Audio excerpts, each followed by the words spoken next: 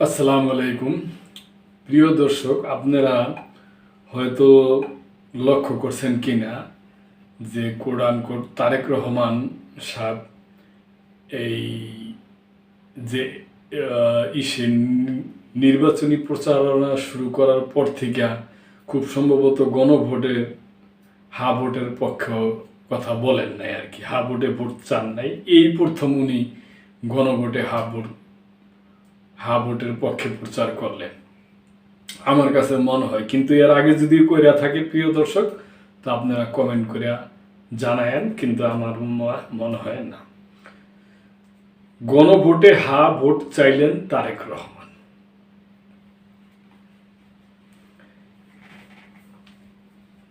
News শিরোনাম: রংপুরে তারেক রহমানের নির্বাচনী হুঙ্কার, না ভোটের ডাক ও উন্নয়নের অঙ্গীকার। আসন্ন ত্রয়োদশ জাতীয় সংসদ নির্বাচনকে সামনে রেখে রাজনৈতিক ময়দানে সরগরম বিএনপি।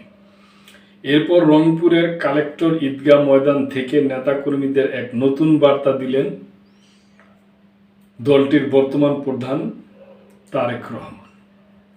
নির্বাচনের পাশাপাশি একটি না ভোটের আহ্বান জানিয়েছেন তিনি।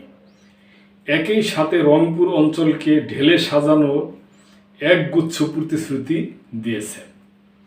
রংপুরের এই বিশাল জনসভা থেকে কি বার্তা দিলেন তারেক রহমান, বিস্তারিত থাকছে আমাদের বিশেষ প্রতিবেদনে। 1 জুলাই সনদের সম্মান ও গণভোটের ডাক।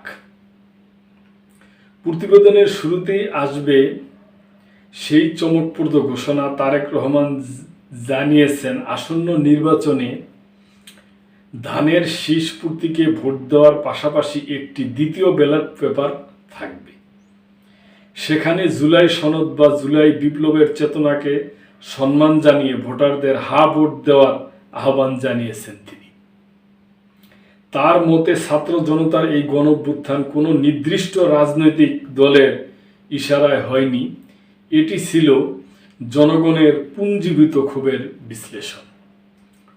2 রংপুর ও উত্তরবঙ্গ নিয়ে উন্নয়নের রূপরেখা। দীর্ঘদিন অবহেলিত উত্তরবঙ্গ নিয়ে তারেক রহমানের পরিকল্পনা এবার বেশ সুদূর প্রসারী। জনসভায় তিনি প্রতিশ্রুতি দেন তিস্তা মহাপরিকল্পনা। ক্ষমতায় গেলে তিস্তা নদীর পানির সংকট নিরসনে মহাপরিকল্পনা বাস্তবায়ন করা হবে। খনিজ সম্পদ ও কৃষি বিপ্লব। পীরগঞ্জের কয়লা, লোহা এবং দিনাজপুরের খনিজ সম্পদের কাজে লাগিয়ে এই অঞ্চলকে সবচেয়ে সমৃদ্ধ করার ঘোষণা দেন তিনি। ঋণ মওকুফ ও আর্থিক সহায়তা। কৃষকদের জন্য 10,000 টাকা পর্যন্ত কৃষি ঋণ মওকুফ এবং বেকার ও অভাবী পরিবারগুলোর নারীদের স্বাবলম্বী করতে আর্থিক সহায়তার কথা বলেন। আইটি শিল্প। রংপুরকে একটি আইটি হাব হিসেবে গড়ে তোলার প্রতিশ্রুতি দেন, যেখানে শিক্ষিত তরুণরা ঘরে বসেই কর্মসংস্থানের সুযোগ পাবে। 3 অতীতের সমালোচনা ও স্বচ্ছতার বার্তা। বিগত সরকারের সমালোচনা করে তারেক রহমান বলেন, মেগা প্রকল্পের নামে দেশে মেগা লুটপাট হয়েছে। বিএনপি ক্ষমতায় আসলে পাচার হওয়া টাকা ফিরিয়ে এনে দেশের উন্নয়নে লাগানো হবে। তিনি আরও জোর দিয়ে বলেন, বিগত 16 বছরের মতো নিশিরাতের ভোট আর হতে দেওয়া হবে না। 4 নেতাকর্মীদের প্রতি বিশেষ নির্দেশনা। নেতাকর্মীদের সতর্ক থাকার পরামর্শ দিয়ে তিনি বলেন, নির্বাচনের দিন ভোরেই ভোটকেন্দ্রে গিয়ে ফজর নামাজ পড়তে হবে এবং কেন্দ্র পাহারা দিতে হবে, যাতে জনগণের পবিত্র আমানত ভোট কেউ ছিনতাই করতে না পারে। রংপুরের এই বিশাল জনসভা থেকে তারেক রহমান কেবল ভোটই চাননি, বরং উত্তরবঙ্গের মানুষের বঞ্চনার ইতিহাস মুছে ফেলার একটি দীর্ঘমেয়াদী অঙ্গীকার করেছেন।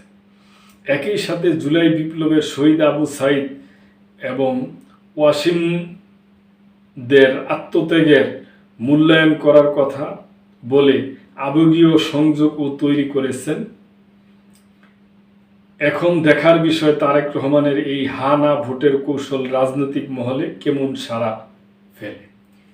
প্রিয় দর্শক, আমি এতদিন যে নিউজগুলা পাঠ করছি, এই নিউজগুলা মোটামুটি দেখা গেল যে যেই নিউজ পোর্টাল থেকে নিছি সরাসরি দেখেই পাঠ করছি, কিন্তু আজকে এই নিউজটা যুগান্তরে থেকে নেওয়া, কিন্তু এই নিউজটা পড়িয়া তার বিশ্লেষণ আমার নিজের থেকে আমি আপনাদের করলাম। তো এটা কেমন হয়েছে আপনারা কমেন্টের মাধ্যমে জানাবেন, এবং আশা করি যে লাইক, কমেন্ট, শেয়ার করে সাবস্ক্রাইব করে মেম্বারশিপ নিয়ে চ্যানেলটির পাশেই থাকবেন।